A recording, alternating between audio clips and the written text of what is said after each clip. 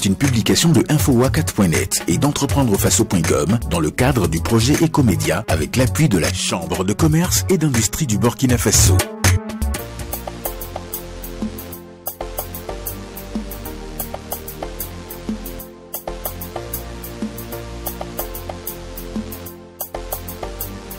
Je suis Sébastien Bazemo, styliste, modéliste et de la maison de couture Sébastien Bazemo.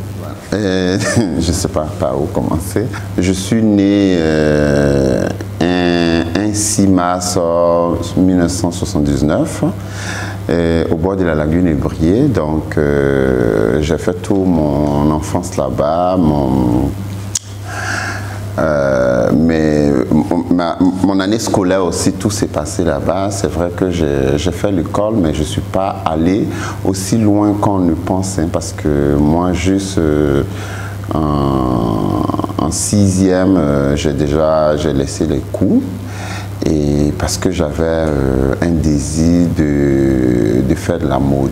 Et faire la mode parce que pour moi, à l'époque, j'aimais beaucoup feuilleter les revues de stars et tout ça, les magazines de mode et tout ça. Et tout ça, ça m'a donné l'envie de vraiment me lancer dans la mode. Et c'est comme ça, un matin, j'ai dit à mes parents que je voulais plus aller à l'école. Quelque chose qui n'a pas été facile parce que déjà mon père qui ne voulait pas que j'arrête l'école et le fait même de faire la couture, il était contre parce qu'il dit que c'est un métier de femme et donc il refusait de payer mes cours d'école de couture. Mais bon, j'avais ma mère qui était un peu ma complice et qui a voulu me soutenir. Elle m'a dit ok, il n'y a pas de souci. Tout petit déjà, j'accompagnais beaucoup ma mère chez son couturier. Petit à petit, je ramassais les bouts de morceaux, les aiguilles. Et souvent en classe, j'avais du mal à suivre les cours parce que souvent je suis sous la table en train de bricoler mes chiffons et tout ça. Donc et ma mère qui savait ça a voulu me soutenir et il faut dire que jusqu'à aujourd'hui c'est ma mère qui m'a amené où je suis parce qu'elle m'a beaucoup aidé. Et c'est plus tard mon père s'y est mis dedans parce que mon père au départ il disait que c'était un métier de femme et puis voilà, lui il voulait, si je ne fais pas la couture, soit c'est la mécanique parce que pour lui la mécanique c'est un métier d'homme. Et jusqu'à aujourd'hui je suis encore dans la mode comme on le dit. Moi je suis déjà rebelle et j'ai toujours dit j'aimerais pas avoir un patron sur mon dos, j'aimerais pas avoir quelqu'un qui me commande. Je me voyais très mal finir les études, devenir un fonctionnaire où j'ai un supérieur qui va me donner des tâches et puis voilà. Donc pour moi c'était un peu compliqué, donc je me suis dit il faut que j'entreprenne. Il faut dire depuis tout petit j'ai toujours voulu entreprendre. J'ai toujours aimé organiser, j'ai toujours aimé rassembler les gens. Parce que déjà à l'âge de, je dirais 15 ans, 14 ans, 15 ans déjà, je peux vous dire que j'ai organisé un arbre de Noël pour les enfants de mon quartier. Aujourd'hui, les enfants de 15 ans, 16 ans, ils sont encore dans les pattes de leurs parents. Alors que moi, à 14 ans, 15 ans déjà, j'avais envie d'organiser, j'avais envie de faire quelque chose d'intéressant. Pour moi, l'entrepreneuriat, je l'ai toujours eu depuis tout l'enfant et ça m'a toujours plu. Et j'ai même organisé des concours Miss de quartier, des sorties pour aller à la plage. J'ai toujours eu ce plaisir d'organiser. C'est mon métier, la mode, comme je le dis. Hein, si on m'arrachait de la mode, je ne sais plus quoi faire. Peut-être que je vais devenir peut-être un garibou, ou bien je vais tourner. Parce que c'est tout ce que je sais faire de mes 10 doigts. Donc, déjà l'entreprise, je l'ai commencé depuis Abidjan. J'ai voulu un jour ouvrir... pas ouvrir, j'ai commencé parce que ma mère m'a offert une machine aux enchères. C'était aux enchères parce qu'on n'avait pas quand même les moyens. Ma mère m'a acheté une machine de 25 000 francs à l'époque, une vieille machine. Et je me rappelle, la machine était tellement vieille que moi, je l'ai peint en rouge. J'ai eu une peinture comme ça, je l'ai peint en rouge au moins pour qu'elle soit un peu plus jolie, plus moderne et tout ça. Et avec cette machine, j'en ai fait beaucoup, parce que avec cette machine, je cousais les habits de tous mes amis du quartier. Quand il y a des on organise des soirées au quartier, quand il y a des uniformes, on organisait des sorties, il y a des uniformes. Voilà, je me mettais à confectionner les tenues de tous mes amis. Étant chez mes parents, j'habillais beaucoup ma mère à l'église et tout ça. Et comme ça, de bouche à oreille, les amis et tout ça, ont commencé à, comment on appelle ça, venir me donner des petits travaux. À l'époque, on avait lancé un concours de jeunes créateurs à Abidjan, le meilleur jeune créateur d'Abidjan et tout ça. Et j'ai postulé aussi, j'ai été retenu, où j'ai passé le concours et j'ai obtenu le premier prix. Et je peux dire que ça encore, ça m'a donné le courage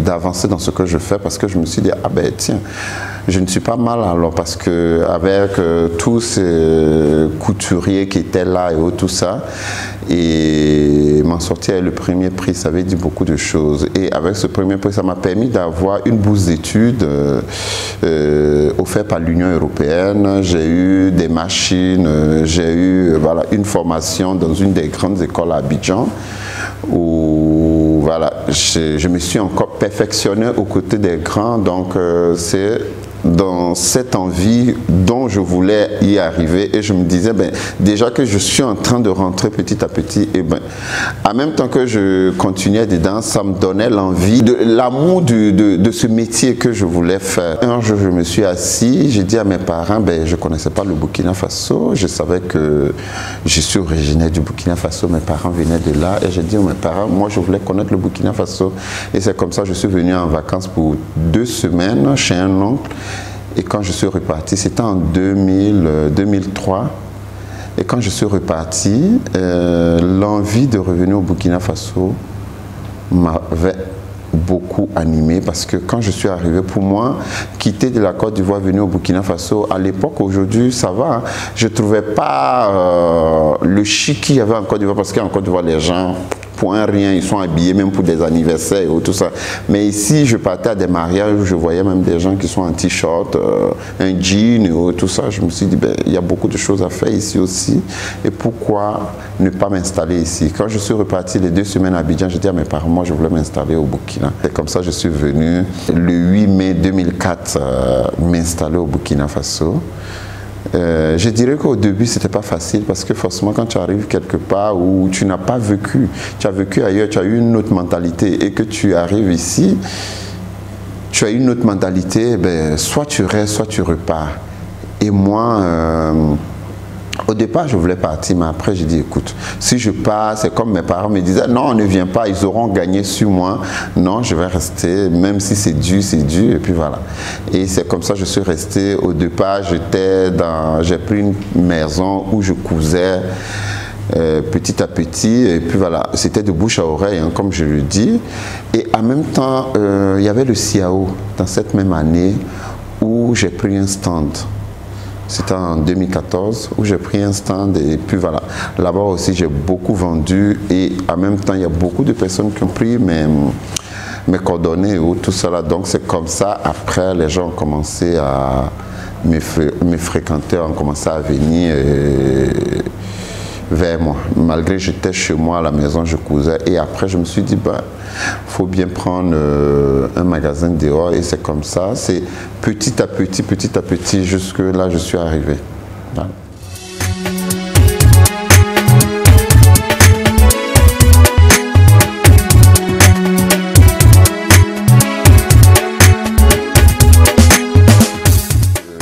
Cette année, ça fait mes 20 ans de carrière. Donc, je me suis installé à mon propre compte en 2000. Donc, cette année, ça me fait mes 20 ans de carrière. Bien qu'on devait le faire, mais on n'a pas pu le faire à cause du coronavirus. Mais on espère le fêter en 2021. Dans la vie, rêver, c'est bien, mais réaliser, c'est mieux aussi. Et moi, j'ai toujours rêvé à ce qu'on parle de ce que je fais, plutôt de mes créations. On peut rêver et ne pas le réaliser.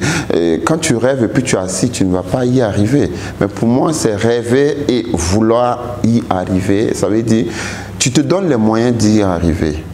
Et moi, je peux dire que j'ai toujours voulu faire rayonner la mode burkinabé, faire rayonner le textile burkinabé à l'extérieur, valoriser par exemple le faso d'Anfani ou le Kokodonda. Pour moi, c'était vraiment un objectif et il fallait qu'on y arrive. Bien qu'on tourne, on travaille beaucoup de matières qui viennent d'ailleurs, mais pourquoi ne pas faire travailler la première matière qui vient de chez nous, c'est le coton.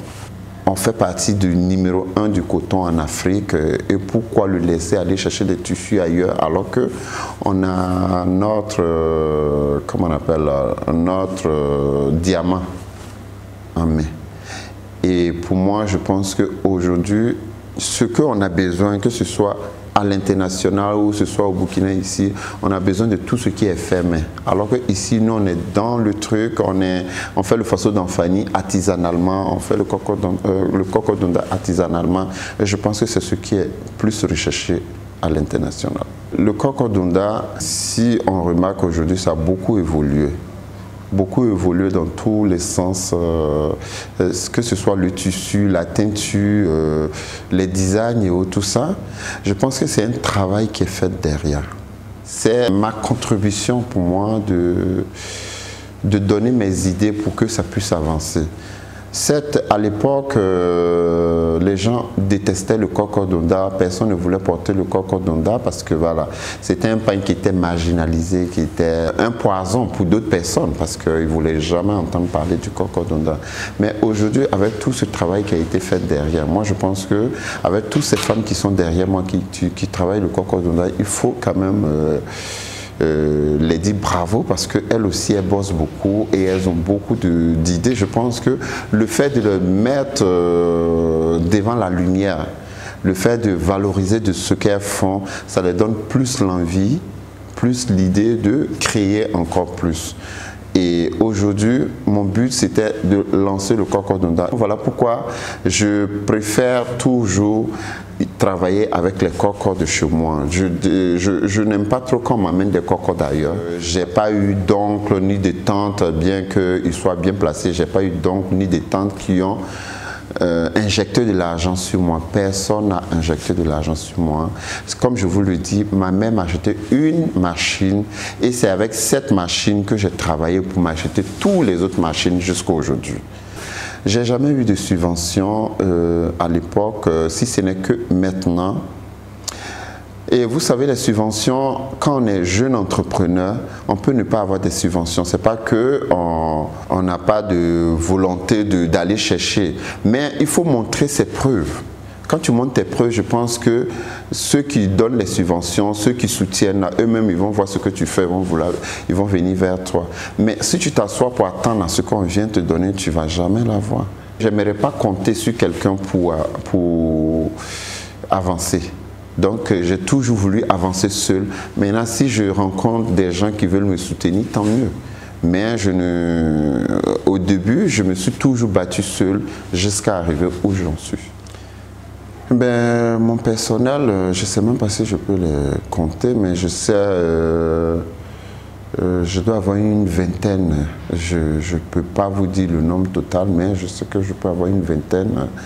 Mais en même temps, une vingtaine qui sont plutôt, voilà, qui travaillent beaucoup avec moi. Mais en même temps, il y a tout ce qui est contractuel qui sont là, voilà, qui travaillent, des petites mains, voilà, qui travaillent un peu partout. Donc, ça veut dire, voilà, il y a quand même une chaîne de production qui est énorme derrière.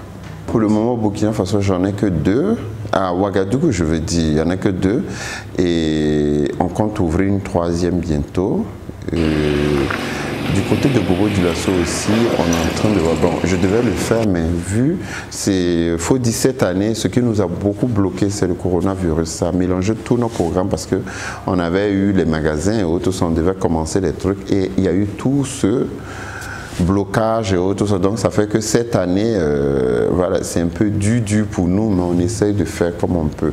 Donc ça fait que même le personnel, on tâtonne un peu avec eux parce que voilà, les mois passés, c'était très compliqué vu tout ce qui s'est passé. Voilà, il n'y avait pas d'événement, il n'y avait rien.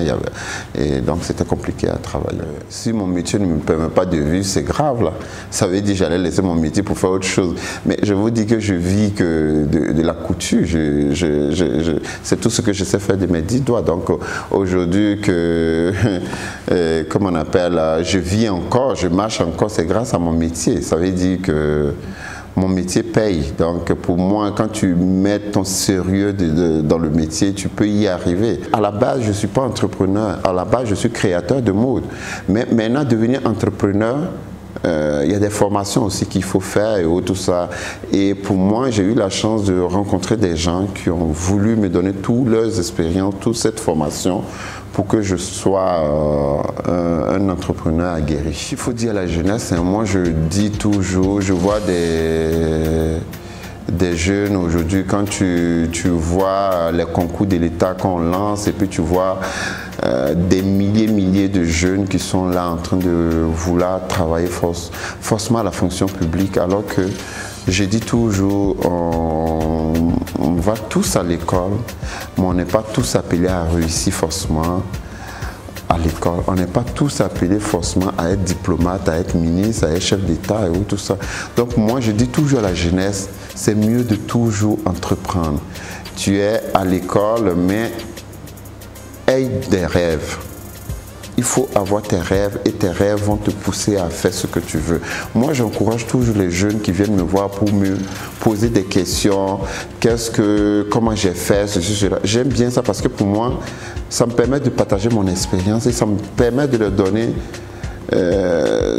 le courage. Parce qu'il y a d'autres qui sont très frileux. Moi, j'étais comme ça. Au départ, j'étais frileux parce que j'étais juste un créateur. Et j'ai commencé mon truc tout seul, tout petit. Donc, aujourd'hui, c'est mon bébé. Donc, mais je n'ai pas eu de soutien derrière. Mais j'ai voulu avancer, foncer dans ce que je fais. Donc, moi, je dirais aux jeunes de rêver grand. Et rêver grand, c'est de oser, de vouloir faire ce qui les tient à cœur.